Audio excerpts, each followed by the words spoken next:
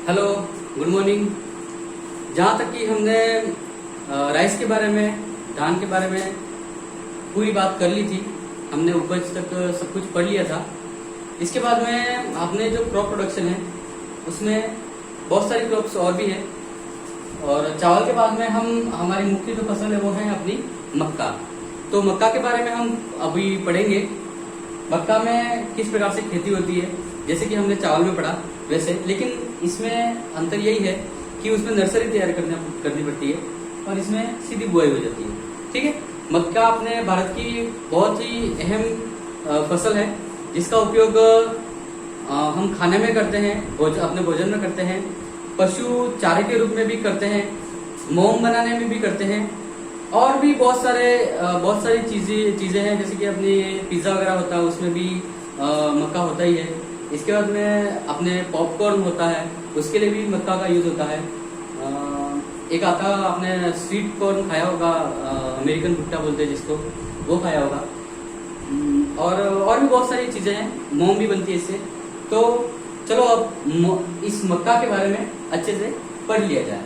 तो सबसे पहले हेडिंग डालो मक्का। मक्का है, उसका साइंटिफिक नेम है, वैज्ञानिक नाम है, उसका वानस्पतिक नाम जिया मेज। ठीक है। मक्का का वैज्ञानिक नाम है जिया मेज। मक्का का कुल है पोएसी। कौन सा है? पोएसी। अभी देखो, कभी कभी इसको ग्रेमिनी भी लिख दिया जाता है। ठीक है, मतलब पोएसी को ही पहले ग्रेमिनी बोलते थे, इसलिए घबराने की कोई बात नहीं है। पोएसी और ग्रेमिनी एक ही चीज है। ठीक है। अब इसकी उत्पत्ति को लेकर बहुत सारे मतभेद हैं। कोई बोलता है अमेरिका में है, कोई बोलता है मेक्सिको में है। तो अमेरिका में इसकी उत्पत्ति मानी गई है, तो ये अमेरिका, मेक्सिको। ठीक है। यहाँ तक तो पढ़ने की बात है। अब ये जलवायु है उष्ण व आर्द्र जलवायु, और आगे लिख देना ये खरीफ की फसल है। और इसे खरीफ की फसल। उष्ण व आर्द्र क्या होता है? उष्ण मतलब कि वातावरण में बहुत ही गर्मी हो, लेकिन वातावरण में नमी भी हो, जितनी भी पानी की बूंदें हैं छोटी छोटी, वो सब कैसी हो? गर्म हो, उसको बोलते हैं उष्ण व आर्द्र। अभी जैसे कि आप अपने घरों में रहते हो तो बहुत सारी गर्मी होती है अपने को। ठीक है। अगर पंखा नहीं चलता है तो उसको उष्ण जलवायु कहते हैं, मतलब गर्म जलवायु कहते हैं। लेकिन उसके साथ में पानी की बूंदें भी होती है, जो अपने को ऐसी आंखों से दिखाई नहीं देती है, लेकिन होती है।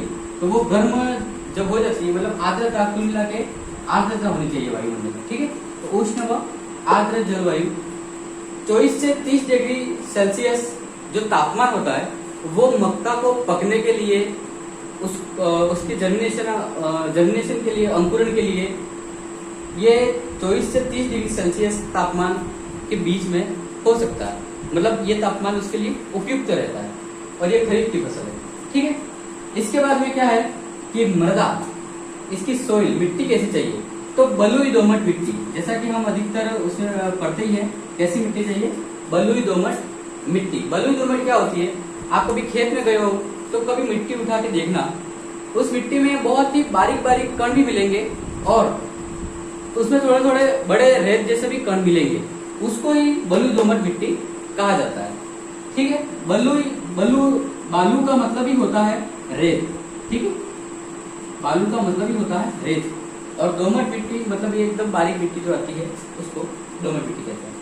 अब इस मिट्टी का पीएच कितना होना चाहिए? तो पीएच 6 से 8.5 के बीच होना चाहिए। मतलब कि उदासीन जो मृदा होती है, जिसका पीएच 7 होता है, उसको उदासीन मृदा कहते हैं। तो उदासीन जो मृदा होती है 6 से 8.5 के बीच, मतलब थोड़ी सी अगर एसिडिक हो, अम्लीय हो, तो चलेगा। ठीक है। तो ये उदासीन जो मिट्टी होती है वो मक्का की खेती के लिए उपयुक्त मानी जाती है। यह आप उतार लेना अच्छी तरीके से। अगर कोई चीज समझ में नहीं आती हो तो आप कमेंट सेक्शन में आप पूछ सकते हो कि भाई हमें ये चीज समझ में नहीं आई है। इसके बाद में मिट्टी के बाद में हम पढ़ लेते हैं अपनी उन्नत किस्में। ठीक है। अब उन्नत किस्में इसकी बहुत सारी होती है GMHL की। कौन कौन सी उन्नत किस्में होती है इसके बारे में पढ़ लेंगे अपन। तो उन्नत किस्में, अब इसमें 4 प्रकार की वेराइटीज होती है। 4 प्रकार की उन्नत किस्में होती है। तो सबसे पहली लिखो 80 से 100 दिन, मतलब 80 से 100 दिन मतलब कि 80 से 100 दिन के अंदर जो पक जाती है, जो मक्का पक जाती है, उन वेराइटी को इस कैटेगरी में डाला गया है। तो ये वेराइटी कौन कौन सी है ये देख लो। एक का नाम है बायो 9637, ठीक है। दूसरी है प्रताप मक्का, एक बायो 9637 और प्रताप मक्का एक। ये 80 से 100 दिन में पकने वाली वैरायटी है, इसकी उन्नत किस्म है। दूसरी 100 से 120 दिन, 100 से 120 दिन में पकने वाली कौन कौन सी है तो देख लेते हैं। एक का नाम है डेक्कन 103, डेक्कन 103। दूसरी है माही और एक है धवल, ठीक है। डेक्कन 103, माही, धवल, ये 100 से 120 दिन में पकने वाली अपने मक्का की उन्नत किस्में है। तीसरी लिखो संकुल किस्म,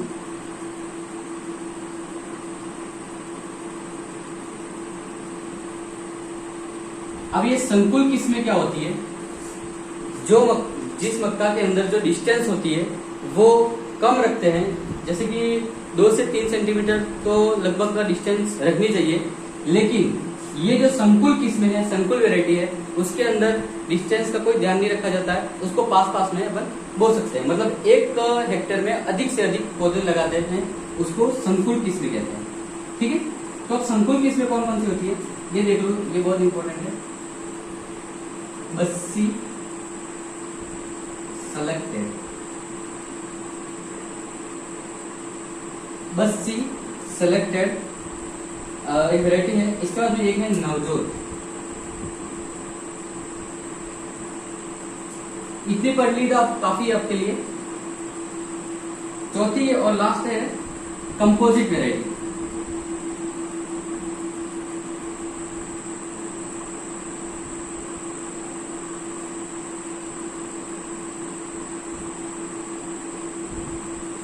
कंपोजिट वैरायटी क्या होती है कि कोई भी वैरायटी है उसको कम पानी मिले या अधिक पानी पड़े उस पर कोई फर्क नहीं पड़ता, तो उसको कंपोजिट वैरायटी कहती है। मतलब कि वो सूखा भी सहन कर सकती है और ज्यादा अधिक नमी भी सहन कर सकती है।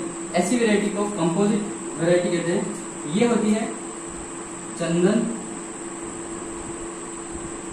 सफेद, चंदन सफेद एक ही है, 1, 2 और 3। चंदन सफेद 1, चंदन सफेद 2 और चंदन सफेद 3। अब इसको याद करने का तरीका बताता हूं मैं आपको कि इसको याद कैसे करना। तो इसको याद करने का सीधा है, देखो बायो, ये तो याद करनी पड़ेगी, बायो 9637, ठीक है। अपनी स्कूल का नाम है महाराणा प्रताप इंटरनेशनल एकेडमी। तो प्रताप मक्का तो हमें याद रहनी ही चाहिए। और आपको बता दूं कि ये प्रताप मक्का है वो अपने बांसवाड़ा में उगाई जाती है बहुत ज्यादा, प्रताप मक्का एक, और बहुत ही अच्छी वेरायटी है, ठीक है। तो प्रताप मक्का तो ऐसे अपने स्कूल के नाम से ही अपन याद रख सकते हैं, प्रताप मक्का, ठीक है। इसके बाद में 100 से 120 दिन में पकने वाली कौन सी है, डेक्कन 103। ये तो आपको याद रखनी पड़ेगी, इसको याद करना पड़ेगा, रखना पड़ेगा, ठीक है। अब क्या है कि इंडियन क्रिकेट टीम का पूर्व कप्तान कौन था, तो अपना महेंद्र सिंह धोनी, उसको क्या बोलते हैं, माही, ठीक है, माही। और अपना जो ये धवल का मतलब अपना इंडियन क्रिकेट टीम का ही है रोहित शर्मा और धवल, तो ऐसे भी याद रख सकते हैं इसको, धवल, ठीक है। माही और धवल अपने क्रिकेट से रिलेटेड इसको करके याद कर सकते हैं। इसके बाद में क्या है, संकुल किस्में। संकुल किस्में बस्सी सिलेक्टेड। अब ये बस्सी क्या है, तो बांसवाड़ा में एक गांव है उसका नाम है बस्सी, तो ऐसे याद रख सकते हैं कि बस्सी। और अपने नवजोत सिंह सिद्धू याद है आपको, तो उससे भी अपन ये याद रख सकते हैं संकुल किसमें, नवजोत, और बस्सी सिलेक्टेड।